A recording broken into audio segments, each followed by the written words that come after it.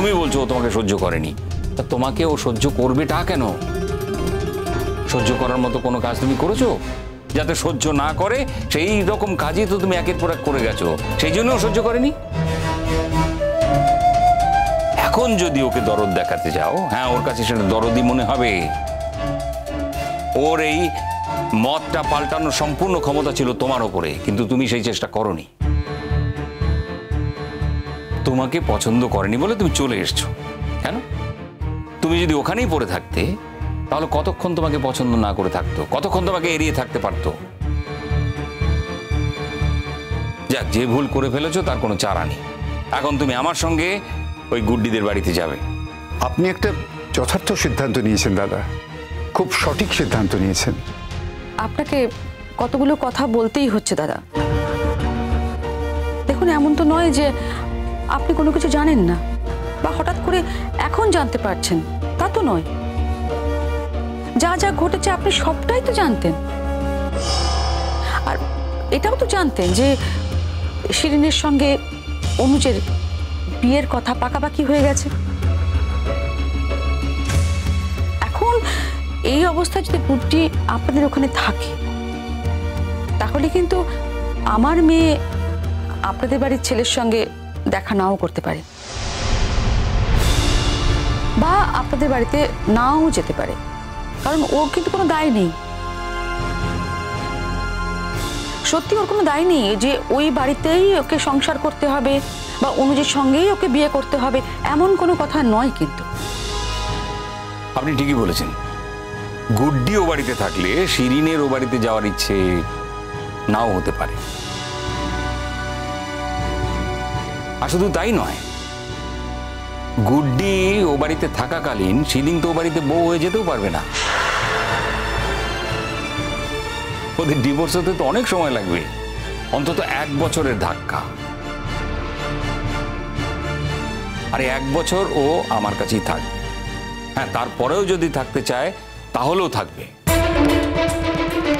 ওই বাড়িতে ওর থাকার অধিকার আছে।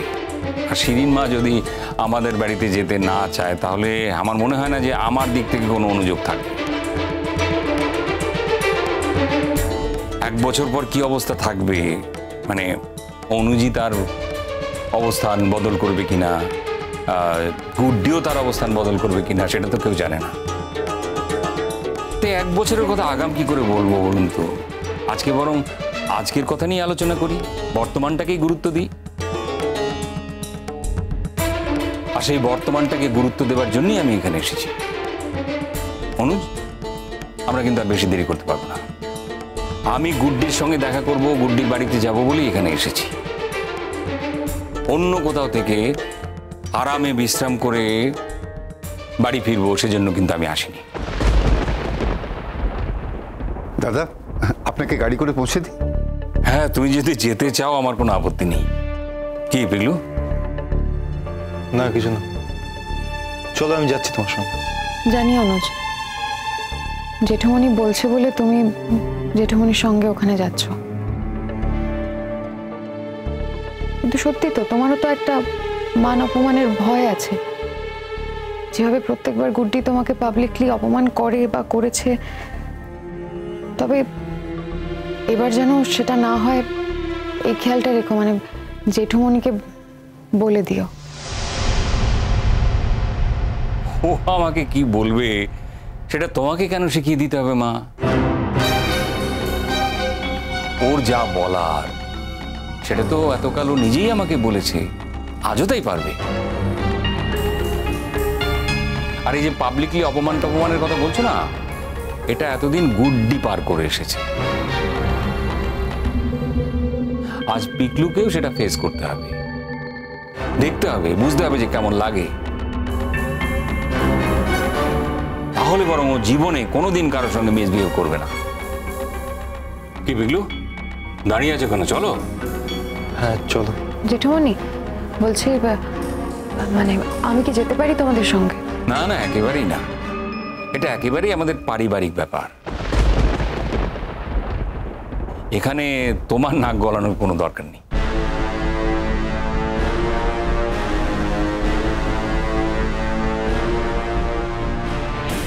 চলো বিক্রু।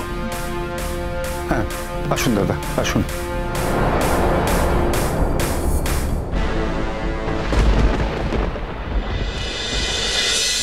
ওষুধ না খেলে কি করে হবে বলতো দিদি?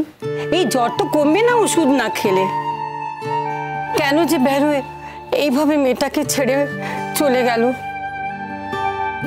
আমি এভাবে কি করে বাঁচাই তোকে? হ্যাঁ, এত ওষুধ কেন যে কিছুই খাচ্ছে না? এই তো গুড্ডি এখানে বসে আছে। এই তো মা, আমি ছুটে এসেছি মা, আমি তোর কাছে এসেছি। হ্যাঁ, তোকে উঠতে হবে না, বস বস বস। আমি জানি তুই খুব কষ্টে আছিস, সেই জন্যই তো ছুটে এসেছি। গুড্ডি, জেঠুমনি তোকে নিতে এসেছেন। তুই আমাদের ফেরাতে পারিস, কিন্তু জেঠুমনিকে ফেরাতে পারবি না। জেঠুমনি তোকে কত ভালোবাসেন বলতো? ও বাড়িতে থাকতে তিনি কত আগলে রাখতেন তোকে। মা গো, এই বুড়ো মানুষটাকে ফিরিয়ে দিও না মা। আমি তো বাড়িতে বলে এসেছি, আমার মা যদি আমার সঙ্গে ফিরে আসে তাহলে আমি ফিরবো, আর আমার মা যদি আমার সঙ্গে না ফেরে তাহলে আর আমার ফেরা হবে না। আমি আমার মায়ের কাছেই থেকে যাব, মা বেটা ঠিক চলে যাবে। এখন তুমি যা বলবে মা, তুমি যা বলবে তাই হবে। তুমি এসেছো জেঠুমনি? আমি না এসে কি করে থাকবো বলো? আমার মা কষ্ট পাচ্ছে, আমি তাকে এই অবস্থায় ছেড়ে থাকতে পারি? লক্ষ্মী মা আমার, আমি শুনলাম তুমি ওষুধপত্র খাচ্ছ না, এ তোমার প্রফেসর আঙ্কেল বলল। আমি কিন্তু দাঁড়িয়ে থেকে তোমাকে ওষুধ খাওয়াবো। কি ব্যবস্থা আছে দিন তো আপনাদের? ওই ওষুধ টষুধ কি আছে, প্রেসক্রিপশনটা দিন তো। আর ওষুধগুলো কে এনে দিয়েছে? আমরা এই পাড়া থেকে চাঁদা তুলে ওষুধগুলো কিনে এনেছি। হ্যাঁ, প্রফেসর সাহেব টাকা দিতে চেয়েছিলেন, তবে আমাদের টাকা দরকার ছিল না, তাই আমরা নিইনি। কিন্তু প্রফেসর সাহেব অনেক ফল টল খাবার দাবার দিয়ে গেছেন। তোমার স্ত্রীর ওষুধ চাঁদা তুলে কিনে দিতে হয় কেন পিকলু? তুমি আর কত লজ্জা দেবে আমাদের? লজ্জায় তো আমার মাথা মাটির সঙ্গে মিশে যাচ্ছে। জেঠুমনি, আমি যখনই ওর জন্য কিছু নিয়ে এসছি এখানে, তখনই সেগুলো আমার মুখের উপর ছুঁড়ে ফেলে দিয়েছে। তোমার মুখের উপরে ছুঁড়ে ফেলাই তো উচিত। আজকে ওর বাবা চলে গেছে, হ্যাঁ, তার জন্য কেউ দায়ী নয়, কারণ ওটা একটা অ্যাক্সিডেন্ট। কিন্তু তা বাদে যে দুঃখ তুমি দিয়েছো ওকে, তার জন্য তো তুমি দায়ী, তুমি দিয়েছো সেই দুঃখ। এই মেয়েটাকে ধারাবাহিকভাবে আঘাতে আঘাতে জর্জরিত করেছো তুমি। এই মেয়েটার মুখটা দেখলে তোমার মনে হয় না যে এরকম একটা পবিত্র মেয়েকে কখনো কষ্ট দেওয়া যায় না, কখনো অত্যাচার করা যায় না, কখনো তার উপর নির্মমতা করা যায় না? মনে হয় না তোমার? আমি নির্মমতা করেছি? আমি কিন্তু নির্মমতা কিছু করিনি। Shut up. নির্মমতা শব্দটার মানে বোঝো তুমি? একটাও কথা বলবে না কেন? চুপ করে দাঁড়িয়ে থাকো। মাগো, তুমি সকাল থেকে কি খেয়েছো মা? ও তো কিছুই খেতে চাইছে না, কিছুই খায় না। ওই জল খায়, আর ওই একটু শরবত দে, আর একটু দুধ দে, ব্যাস। ওই এর বাইরে শক্ত জিনিস কিছু খেতেই চাইছে না। ভাত খাওয়ানোর জন্য ওর মুখে মুখে ঘুরি। 2 গ্লাস খেলেই বলে যে আমার বমি পাচ্ছে, আমি খেতে পাচ্ছি না। ভাবুন তো এর চেহারার কি হাল হয়েছে, দেখেছেন? आपको तो देख के लग रहा है যেন ভগবান। যাক, তবু কেউ তো আছেই মেয়ের। না হলে আমরা তো ভেবেছিলাম যে ওর বোধ হয় আর কেউ নেই এই দুনিয়ায়। কেন এরকম ভেবেছেন আমি জানি না। আমি আছি, ওর প্রফেসর আঙ্কেল আছে, যারা আজকে নেই, যাদের থাকার কথা ছিল তারা হয়তো নেই, কিন্তু তাতে ওর কিছু যায় আসে না। good